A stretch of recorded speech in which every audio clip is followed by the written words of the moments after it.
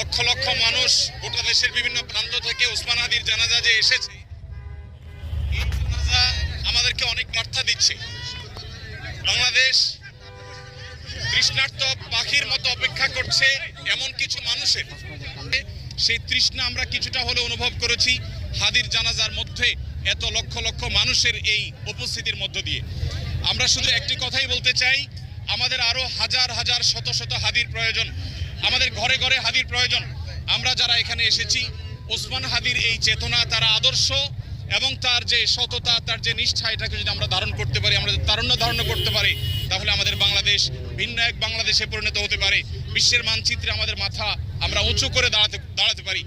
সেই প্রেরণা যেন আমাদের তরুণরা ধারণ করতে পারে, হাদির আদর্শকে যেন আমরা প্রত্যেকে বুকে ধারণ করতে পারি এবং আমাদের প্রিয় স্বদেশকে, এদেশের স্বাধীনতা, সার্বভৌমত্ব, ন্যায় বিচার, এদেশের উন্নতি অগ্রগতির জন্য আমরা সবাই যেন যার যার জায়গা থেকে সর্বোচ্চ শ্রম, মেধা, জীবন, যৌবন সব আমরা কোরবান করি। তার যে আদর্শ, তার যে চেতনা, সেটা যেন এই দেশে, এদেশের বিভিন্ন প্রান্তে প্রান্তরে যেন যুগ যুগ ধরে, শতাব্দীর পর শতাব্দী ধরে যেন টিকে থাকে, বেঁচে থাকে।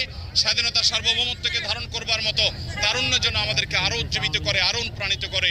আমরা আরো বহু ওসমান হাদি আল্লাহর কাছে কামনা করি এবং ওসমান হাদির জান্নাতবাসী হওয়ার জন্য আমরা দোয়া করি।